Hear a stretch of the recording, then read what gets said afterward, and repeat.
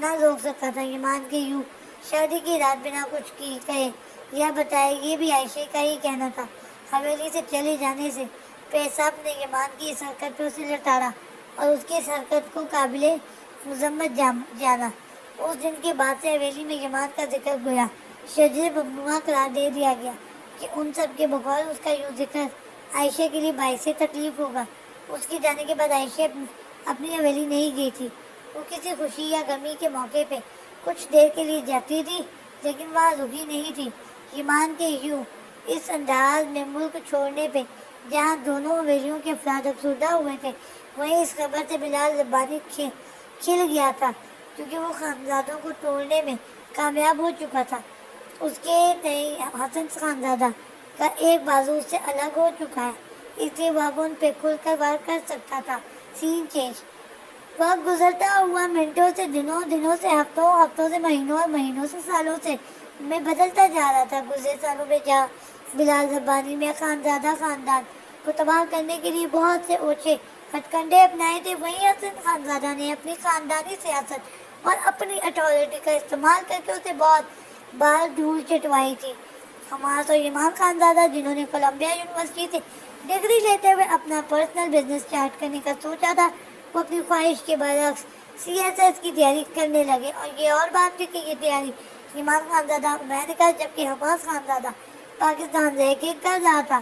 اس سب دورانیے میں فرق سے اتنا آیا تھا کہ نورے خانزادہ جو حماس خانزادہ کی جانب دیکھنا گوارا نہیں کرتی تھی وہ اس کے ساتھ لفاظی کی حد تک کچھ نارمل ہوئی تھی. اور اس کی شاید بڑی وجہ ماجد علی کے کنویں سے باہر آنا اور نورے کو موضع الزام ٹھہرانا نہ تھا.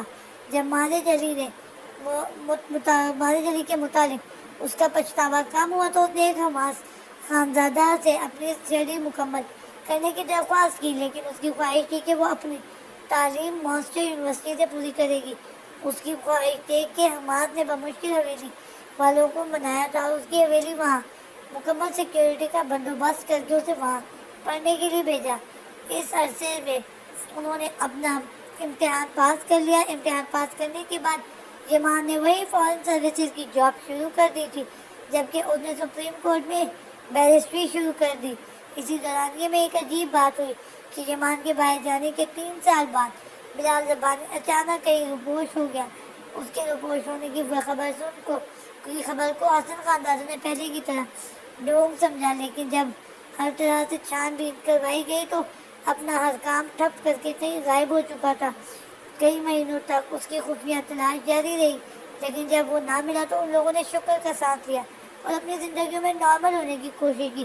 مگر اسی دوران حسن خانزادہ کو جب ان کے نامعلوم دشمنوں نے جب ان کی میڈیا کانفرنس کے دوران ان پہ گولیاں چلائی تھی. یہ سب ہونے کے بعد اچانک حماس نے سیاست میں آنے کا فیصلہ کیا اور اس فیصلے کے سبھی نے ہی مخالفت کی تھی حتیٰ کہ اسی پارٹی کے سیٹس دینے سے بھی انکار کر دیا گیا تھا. لیکن اس نے اپنی اصلی ڈٹائی کا مظاہرہ کرنے کے بعد اپنی ضد پوری کروائی تھی اور فریڈم پارٹی کے نام سے اپنی پارٹی کا آغاز کیا تھا اور اس کے چیئرمین کی حیثیت سے اس کی سربراہی کرنا شروع کر دی. کچھ حسن صاحب کے نام کی بدولت کچھ اس کی گڈ لکس اور انداز کی بدولت اور کچھ اس کے اچھے کاموں اور دیدہ دلیری کی بدولت اس کی پارٹی کچھ ہی عرصے میں شہرت کی بلندیوں کو چھوٹی ملک کی نامور پارٹیوں میں شمار ہونے لگی.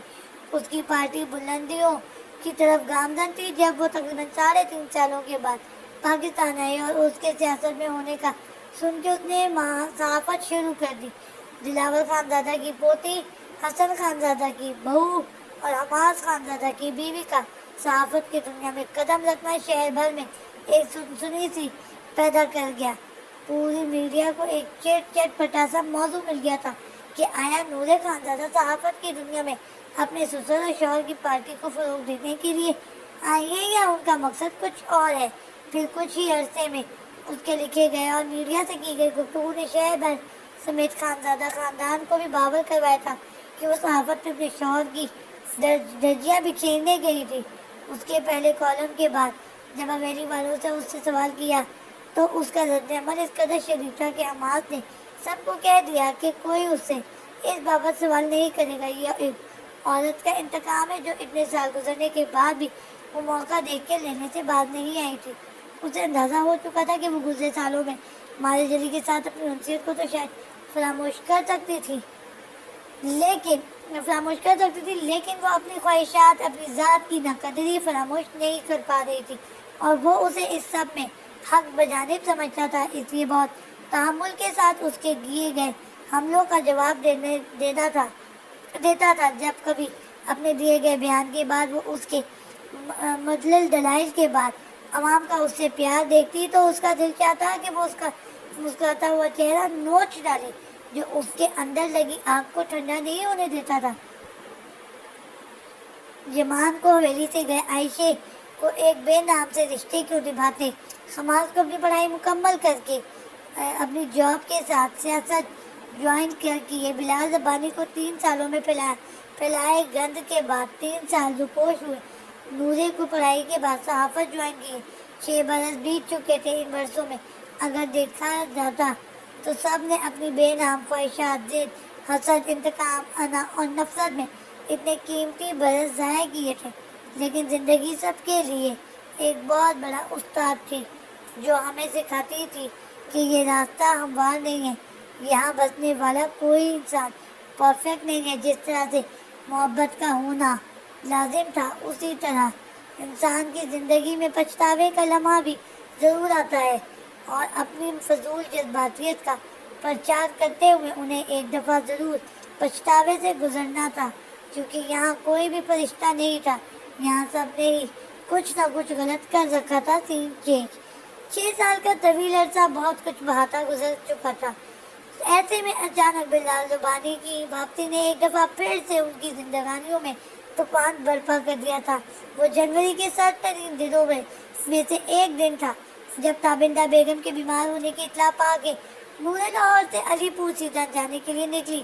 بیک سیٹ میں محو استراحت نورے نہیں جانتی تھی کہ لاہور سے نکلتے ہی اس کی گاڑی کا تعاقب شروع ہو چکا تھا۔